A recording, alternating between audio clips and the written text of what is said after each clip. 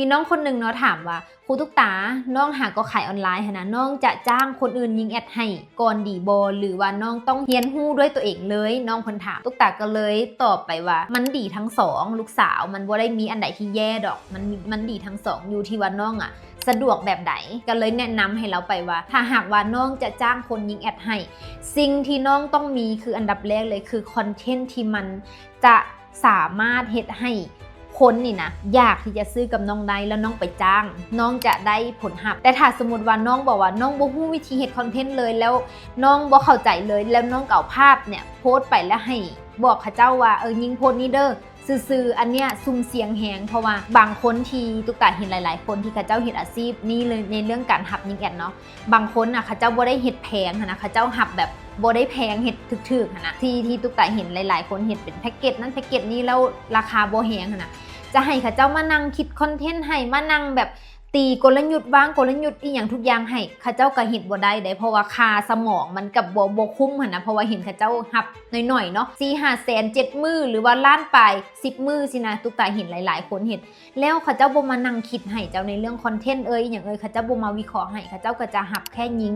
พอหับแค่ยิงถ้าตัวเขาเองผัดบ่เป็นแล้วเขาเอาอีหยังก็ได้ไปยิงมันก็อาจจะเหตุให้บ่เกิดผลลัพธ์นั่นแหละคือสิ่งที่ตุ๊กตาแนะนำให้น้องไปทีเนี้ยถ้าหากว่าแล้วถ้าเฮียนเองเฮ็ดเป็นเองทั้งหมดได้ดีบ่ดีแต่บอกก่อนว่าการเฮียนเองทั้งหมดนะมันดีระยะยาวแต่มันเมื่อยในช่วงแรกคนที่ก็เริ่มเฮ็ดออนไลน์แล้วจิตใจยังบ่แข็งแรงแล้วแบบความกระตือรือร้นเป้าหมายตัวเองยังบ่ชัดเจนบางทีเจอความยากของการเรียนเจอความยากในการฝึกฝนตัวเองนะแล้วบางทีท้อก็มีฉะนั้นแล้วเขาต้องเบิ่งทีจุดประสงค์และเป้าหมายของชีวิตของตัวเองก่อนว่าค่อยอยากเฮ็ดออนไลน์เนี่ยอยากเฮ็ดแท้ๆบ่และอยากเฮ็ดให้มันเป็นอาชีพบ่ค่อยอยากที่จะฝ่าฟันอุปสรรคที่มันเข้ามาแล้วค่อยอยากที่จะก้าวผ่านทุกอย่างเอาชนะความขี้ข้านของตัวเองเอาชนะสิ่งที่เฮาบ่อยากเฮ็ดบ่อยากทำแล้วเฮ็ดฝึกตัวเองให้ตัวเองเก่งและเรียนรู้ให้ตัวเองเนี่ยเป็นทุกด้านเกี่ยวกับออนไลน์เพื่อค่อยจะเฮ็ดอาชีพนี้ให้มันสร้างชีวิตสร้างเงินสร้างคำไม่ค่อยได้ถ้าคิดจังสั้นก็แนะนำให้เรียนรู้เพราะว่าอย่างการเรียนรู้นะมันอยู่ในโตเฮาเหมือนคือตุ๊กตาเป็นทุกมื้อนี้เนาะเรียนจบม.2 นะทุกคนบ่ได้แบบเรียนจบมหาลัยอย่างต่างๆนะแต่เรียนเรื่องออนไลน์นี่มาหลายปีแฮงแล้วจ่ายให้อาจารย์มาที่ผ่านมานะก็คือเดือนละ100,000 บาทที่จ่ายมา5 ปีเต็มนะที่จ่ายมาซึ่งกระบบแปลกที่จะเก่งขึ้นเพราะว่าอย่างจ่ายมาหลายแล้วเรียนมาหลายแล้วทีนี้น้องคือกันน้องถ้าน้องเรียนรู้พัฒนาตัวเองน้องเก่งความรู้มันติดตัวเฮาเนาะเฮาจะเฮ็ดหยังก็ได้เฮาจะเปิดแบรนด์ก็ได้เฮาจะไปขายเครื่องก็ได้หรือเฮาจะนำเข้าก็ได้อีหยังทุกอย่างพอเฮามีองค์ความรู้คำว่าการตลาดอยู่ในตัวเฮา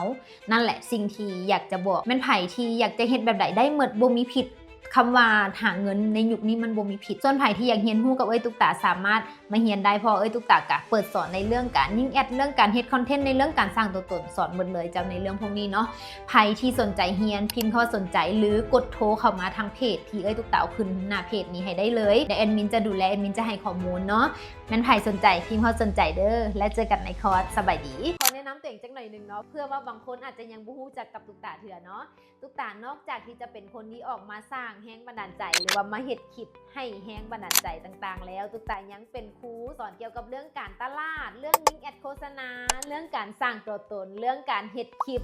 เรื่องการตัดต่อ